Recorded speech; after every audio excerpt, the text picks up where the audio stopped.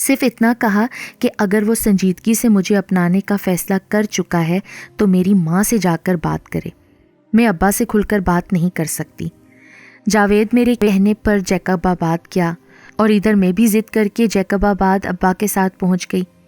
اماں نے ابا کو بتایا کہ تمہارے اسٹیشن ماسٹر کے بھائی کا رشتہ آیا ہے، لڑکے کے ماں باپ نہیں ہیں، وہ بھائی کو لے کر آیا تھا، میں سمجھی تم سے بات کر کے آیا ہے تو میں نے حامی بھر لی ہے۔ ابا روٹی کھا رہے تھے، ایک دم نوالا چھوڑ کر کھڑے ہوئے اور کہنے لگے، اس خبیث کو یہ جرت کیسی ہوئی؟ میں نے تو اس کو انکار کہلا دیا تھا۔ مجھ پر تو ابا کے یہ کہنے سے جنون سا سوار ہو گیا۔ جاوید نے مجھ میں اعتماد پیدا کر دیا تھا، دل میں سوچ لیا تھا کہ آر یا پار۔ میں ابا سے بولی، میرا خیال ہے کہ جاوید سے اچھا میرا شوہر کوئی اور نہیں ہو سکتا۔ اماں نے اچھا کیا جو اس کو ہاں کر دی۔ ابا نے مجھے حیرت سے دیکھا اور بولے، تیرا دماغ تو نہیں پھر گیا؟ میں جنون میں ہنستے ہوئے بولی، ہاں ابا، تو نے میرا دماغ خراب کر دیا ہے۔ آخر تو کب تک مجھے بٹھائے رکھے گا؟ میں کب تک تیری زیادتیوں کا نشانہ بنتی رہوں گی؟ میں کب تک تیری خدمت کرتی رہوں گی؟ اس سے تو اچھا ہے تو مجھے بازار میں بٹھا دے، تیری کچھ کمائی بھی تو ہو جائے گی نا۔ ابا نے پلٹ کر میرے منہ پر زناٹے کا تھپڑ مارا، میری آنکھوں تلے اندھیرا سا چھا گیا۔ اماں نے آگے بڑھ کر مجھے کلیجے سے لگا لیا۔ ابا گرج کر بولے، میں اس سالے بدماش کو گولی مار ڈالوں گا۔ ابا نے جیسے ہی یہ بات کہی، میرا جی چاہا کہ بس یہ ڈرامہ آج ہی ختم ہو جانا چاہیے۔ اگر میں آج رات بھی دب گئی تو پھر ساری عمر اسی گندگی میں پھنسی رہوں گی۔ میں نے بھاگ کر اندر سے کنڈی لگا لی، اس لیے نہیں کہ ابا مجھے مارے گا یا میں خودکشی کر لوں، بلکہ میرے انگ انگ میں ابا سے نفرت اور انتقام کی آگ سلگ رہی تھی۔ ابا بھگتے جھگتے باہر چلے گئے اور اتنی دیر میں نے ایک فیصلہ کر لیا۔ اماں نے منتیں کر کے مجھ سے دروازہ کھلوایا۔ میں بھاگ کر ان کے سینے سے لگ گئی اور رو کر بولی، اماں تو مجھے آج بتا دے، ابا مجھ سے ایسا سلوک کیوں کرتا ہے؟ کیا کوئی باپ بھی اپنی بیٹی کو زیادتی کا نشانہ بناتا ہے؟ وہ کیوں مجھے برباد کرنے پر تلا ہوا ہے؟ اماں نے روتے روتے مجھے اس شخص کی حقیقت بتائی اور بولی، بیٹی اصل میں یہ میری غلطی کی سزا ہے، یہ تیرا سگا باپ ہی نہیں ہے، شادی سے پہلے مجھ سے خطا ہو گئی تھی، بیاہ کی رات تو 2 مہینے کی پیٹ میں تھی اور یہ بات تیرے باپ کو پتہ چل گئی تھی۔ اس وقت اس نے مجھ سے کچھ نہیں کہا، مگر پھر ساری عمر انتقام لیتا رہا، تجھ سے بھی اور مجھ سے بھی۔ یہی وہ حقیقت اور یہی وہ راز تھا جس کی وجہ سے تیرا باپ مجھے دبا کے رکھتا تھا، اور یہ جانتے بوجھتے ہوئے بھی کہ تو جوان ہو گئی ہے اور یہ تیرا سگا باپ نہیں ہے، میں پھر بھی تجھے اپنے پاس روک نہیں پاتی تھی۔ اماں کے منہ سے یہ سن کر میری آنکھوں سے دھند سی چھٹ گئی۔ میں نے اماں کو بتایا کہ 15 سال کی عمر سے اس شخص نے مجھ سے کیسے تعلقات قائم کر رکھے ہیں۔ اماں سے ناجائز بیٹی پیٹ میں رکھ کر بیاہ رچانے کا ابا نے پورا بدلہ لیا تھا، لیکن میری تو کوئی غلطی نہیں تھی نا۔ مجھ سے اس نے کس بات کا انتقام لیا؟ مجھے اس نے کس بات کی سزا دی؟ میری زندگی کو کیوں خراب کیا؟ اب مجھے اپنی تباہی کا انتقام لینا تھا، اور مجھے علم تھا کہ جب تک یہ انسان نما درندہ زندہ ہے وہ میری ماں کی سزا یوں ہی مجھے دیتا رہے گا۔ پھر جو کچھ ہوا اس کی تفصیل تو دنیا نے اخباروں میں بھی پڑھ لی تھی۔ رات کے 2 بجے جب وہ شیطان میٹھی نیند سو رہا تھا، میں نے 2 گولیاں اس کے سینے میں اتار دیں۔ نہ میرے ہاتھ کانپے، نہ قدم ڈگمگائے اور نہ نشانہ چوکا۔ 2 ہی منٹ میں مجھے اس سے ہمیشہ کے لیے نجات کا پروانہ مل گیا۔ اماں بے ہوش ہو گئیں اور میرے چھوٹے بھائی گمسم کھڑے رہ گئے اور میں نے آزادی حاصل کر لی۔ مقدمہ چلا، میں نے ایک ایک لفظ چھپائے بغیر مرنے والے کی شخصیت بے نقاب کر دی۔ گو اس طرح میری بھی بدنامی ہوئی اور یہ ساری زندگی میرے ساتھ رہے گی، مگر پھر بھی مجھے خوشی ہے کہ میں نے اپنی بربادی کا انتقام لے لیا۔ مقدمے میں مجھے بری کر دیا گیا اور اب میں اپنی ماں کے ساتھ چھوٹے سے انڈسٹریل ہوم میں کام کر رہی ہوں۔ یہ اماں نے خود بنایا ہے، ساری عمر یوں ہی گزارنے کا فیصلہ کیا ہے، کیونکہ اب مجھے نہ کسی سے محبت ہے اور نہ نفرت۔ جتنی بدنامی ہو چکی اس کی بھی پرواہ نہیں، بس ایک احساس ہے کہ اب میں آزاد ہوں، مجھ پر اب میرے نام نہاد ظالم باپ کا کوئی حکم نہیں چلے گا۔ اور کتنی مسرت کی بات ہے یہ میرے لیے۔